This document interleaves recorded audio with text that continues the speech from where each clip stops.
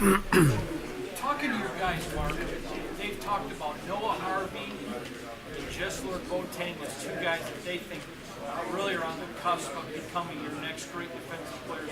What do you see in them, or is that something you're learning here from them? No, well, that's good for them to say that. You know, I'm excited about those guys. They're young players. They're very explosive players. They're guys that show a lot of great athletic ability, and they've made plays, especially in the spring. And, you know, Noah Harvey's played a little bit more football than Jez Lord. But I think both those guys have a huge upside. I mean, we're good at linebacker. We're good on defense.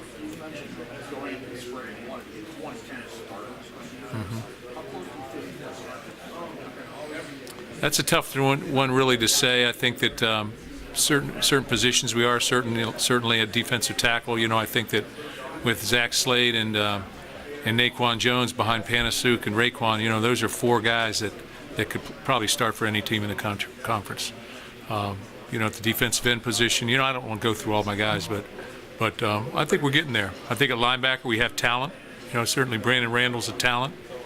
Tyreek Thompson's had a great year last year, and probably looks better than he's ever looked. He's trimmed down at 225, and you know, Bocce and Antoine Simmons have played a lot of football. Jez Lord's behind him. So we've got guys in the secondary. I think we've got guys with experience as well.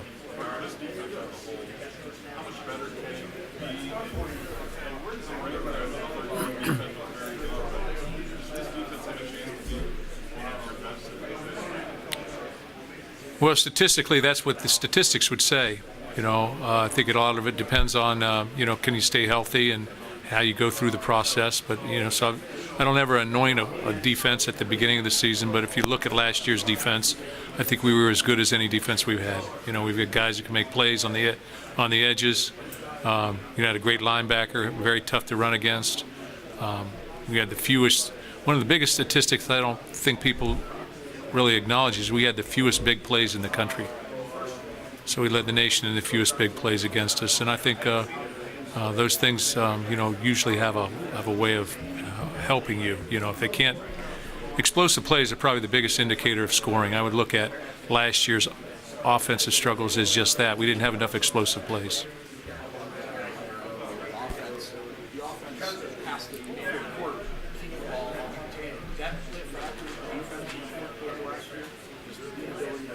Well, you know, we're not giving up a lot of points. I mean, we gave up a field goal against Nebraska and lost. So we give up, you know, the problem with it is, you know, you got to play perfect. Can't give up one play and that type of thing. So, but my idea and ideology has always been to, you know, in the game of football, as in life, you got to assess where you're at. You have to adjust to what you're dealing with, and you have to reset the button and attack through, and you know, have to go forward. And if you can't go forward, then that's where your problems start to happen. But it's not the assessing or adjusting. You can do that, but it's the ability to move forward. So we'll do that on offense, and I'm very, very confident of that. Prior to last year, your philosophy has always been you let your coordinators coach their spots, and it's kind of more of a CEO coach. Last year, you got more involved towards the end in play calling offense. Is this going to be Brad's offense, Mark, or is it going to, because it's his first year, will you have a little bit more influence on it? No, I think I maintain the same approach that I always have. I'm not going to disrupt that offensive coordinator's ability to call a game. I'm going to have some feelings on, okay, we're going to do this or we're going to do that, and I'd like to see these things and where these things need to happen. And I'm going to bring things that I've seen from a defensive standpoint that are difficult to defend into that. But again, you go back and you say, how do you get good at anything? You have to repeat things. You have repetition, I think, is the key to execution all the time. So you've got to rep things. You just can't say, hey, run that play. And it doesn't work like that. There's got to be a foundation there. Our offensive coaches have done a great job, I think, revamping our system and philosophy. And now we have to put that into more of a week-to-week, game-to-game type situation. But there's got to be productivity. I don't think there's any question about that. I understand that. But I never called the plays, never, other than occasional trick. I mean, I don't disrupt people. I mean, I talk with them between series and say, hey, we need to do this, or hey, run the ball here, or, you know, run this, do that.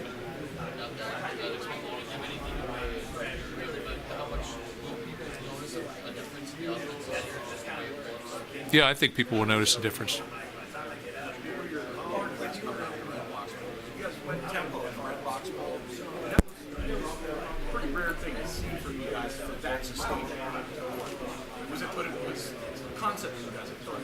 Yeah, we've done that before, so I think that's something that everybody in America does. We just wanted to do that, and I thought there needed to be some change, and in that capacity, at that point in time, that was one of the changes. That and the pistol. So we moved to that direction. But if you really look at us across the board offensively and break us down, there's quite an array of different things that we do. I'm sorry. Go ahead. Every year we seem to ask you about some sort of divisional alignment or something like that. But this year there seems to be a little more momentum. If I recall, 5 years ago you wanted to go west. The school wanted to go west because the rivalry with Michigan. So at this point, what's the likelihood of maybe a future line will change? How much discussion has there been, informally or formally? That's interesting because somebody asked me that at the podium, and I had not heard about that. That's something that has not been discussed with me, and I think that's something that's probably discussed maybe with the athletic directors or maybe it's the commissioner, but I'm not sure. All I can tell you is the East is very competitive. We've won the East. We've won the championship. We've won the Big Ten championship from there, and we've won it from the Legends. So we played on both sides of the spectrum there and become successful. So that's part of it. But I'm not sure.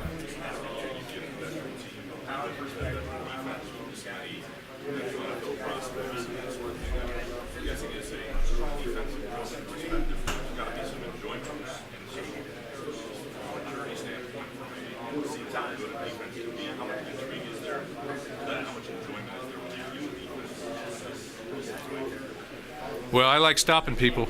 There's no question about that. And I think you play to your strengths, and right now that's a strength of ours. So that needs to be as good as it's been. But I enjoy it. I enjoy defensive football. I'm a defensive coach. I enjoy offensive football. I'm not quite sure how to answer the question. I like our guys because they get their hands dirty, because they're not satisfied with where they're at. Because Joe Bocci comes in here, he's not satisfied where he's at. He's up trying to find a place to lift this morning. You're going to charge him $15 a lift, so he ditched it. But, or Kenny Willekes, a self-made guy, and where he's come, or Raekwon or Josiah Scott saying, hey, I want to play that last game rather than take a red shirt. And, he's the MVP of the bowl game defensively. We've got guys that have an intense amount of pride in the work that they do. Not so much in the job that they do, but in the work that they do. And that equates to job done.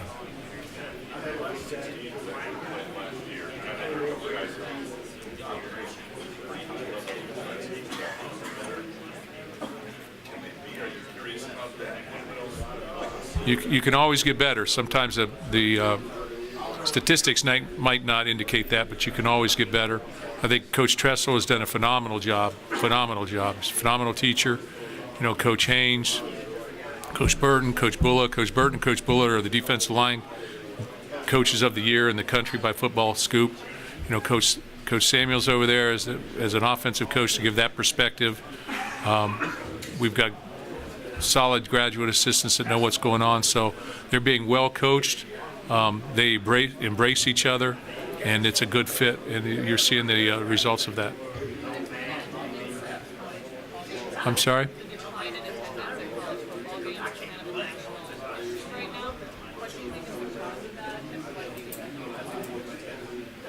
Yeah, we had a game day atmosphere meeting this past week, to try and change some different things, and our administration is looking at all the different things along with our help to try and do that. But, I think without being negative, I don't want to be negative, but I think apathy exists in America, and patience exists in America, impatience. So, you come to games and you get a little bit tired and you got to push through. So Spartan Nation will push through. But I think there's a trend there. But I think you see that trend in high school.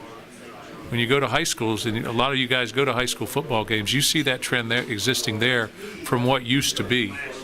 And maybe it's that there's so many other sports, or there's so many other things to do, or they can watch it on social media, or they can watch it from afar, whatever. I don't really know the reasons for it, but I just know it exists in society, I think. It's normal for coaches to take trips to maybe learn schematics that other schools did. You grabbed Bill Beekman and some of the staff, the athletics department staff, to take a look at Clemson and their facilities. A couple of recruits have said to me on the radio that you've mentioned it, possible new football facilities. Would you talk about that trip and about the $70 million expansion? Yeah. Yeah, I think that first of all, I wanted to go down and see Morton Anderson, first of all, but then on the way back, stopped and watched the Greenville Drive, a minor league baseball team play, which Craig Brown's the president of that. And then I took our guys over, Alan Haller and Chuck Sleeper and Bill Beekman over to Clemson, because I'd been down there before and I saw the results of their program. And I think what Clemson did was they were right where we were in the playoffs and maybe didn't make it or whatever. And then they capitalized on that and they went further. They changed the game from there. And they built a brand new facility.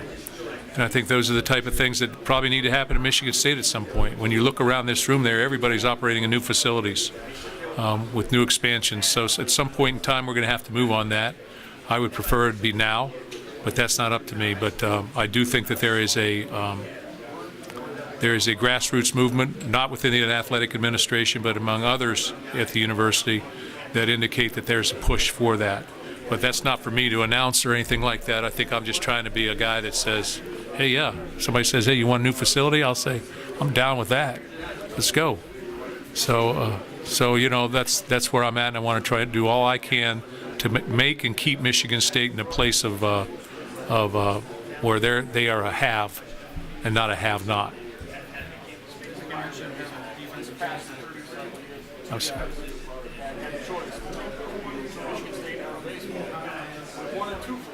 Yeah.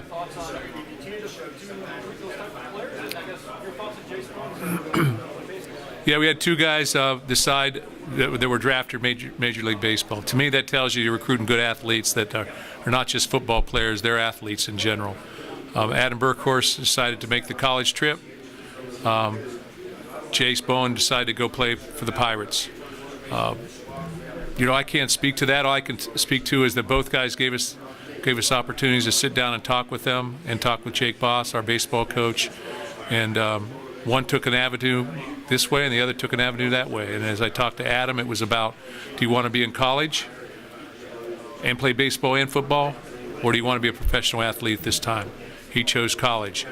In watching Adam, it's hard for me to say this, but he's legitimately 6'7", or I'll say 6'6" and a half, 255. When I watch his explosiveness in drills out there and his intentions and how he goes about his business, he will be an outstanding football player. And I think both guys have a future at in both sports. Chase chose baseball at this point in time, but we left on good terms. And I think that's the important thing, that it's their life. I'm just here to help them towards their dreams.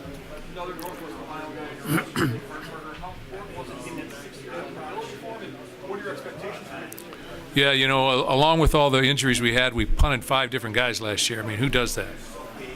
Who does that in America? And so Jake now will return as a starting punter, and he's a proven guy who's proved himself under duress and under pressure, and he's got a big leg, and he's an NFL type punter. So it's the ability to punt the football consistently is a huge asset in your program, and so we're looking forward to his return. Just a little bit ago, you were talking about defensive guys that like to get their hands dirty and sort of self-motivators.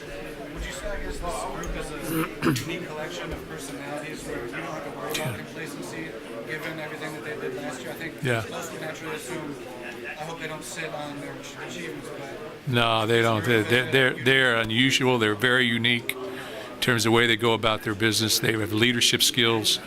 They are not satisfied. I just told Kenny Willikis, he said Brian Lewerke has to have his best year. I guess he said that.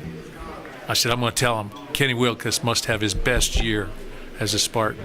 And he pointed his finger at me, he says, you tell him. But that's the kind of person he is. He is and Joe Bocci, and Raekwon, and really Josiah Scott, and really Mike Panasiuk, and really David Dow. I mean, and I can go on with guys. They're not satisfied where they're at. They're playing to a higher level. And I have been so impressed, probably more impressed than any of my 13 years as the head coach here, with the way our players have gone about their business off the field and in practice and in workouts. I mean, there's a sense of accountability from within. You say hand behind the line, there's nobody putting their hand over the line. But they do it with a passion, and they do it with a positivity that is quite remarkable. Is it similar at all from when you went from 12 to 13 with the bump, or from? Yeah, it is. It is similar.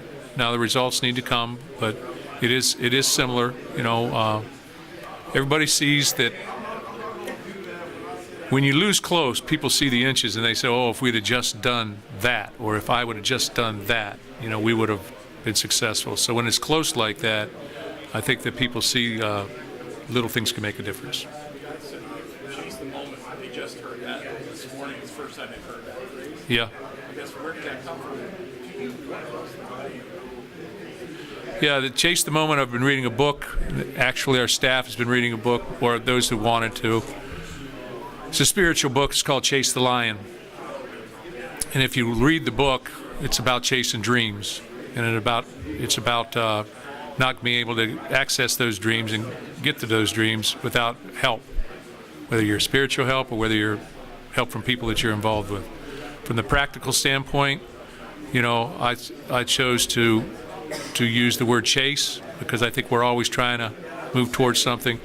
And the moments being that we've had great moments here. I don't think there's anybody that can say we haven't had great moments at Michigan State the last 12 years. We've been to championships. We've been to Indy 3 times. Been to the playoffs. We won in every stadium that we've been in. So to me, it's about returning to those moments, about chasing down those opportunities and moments, and we have to do that collectively, and that's why I went with that.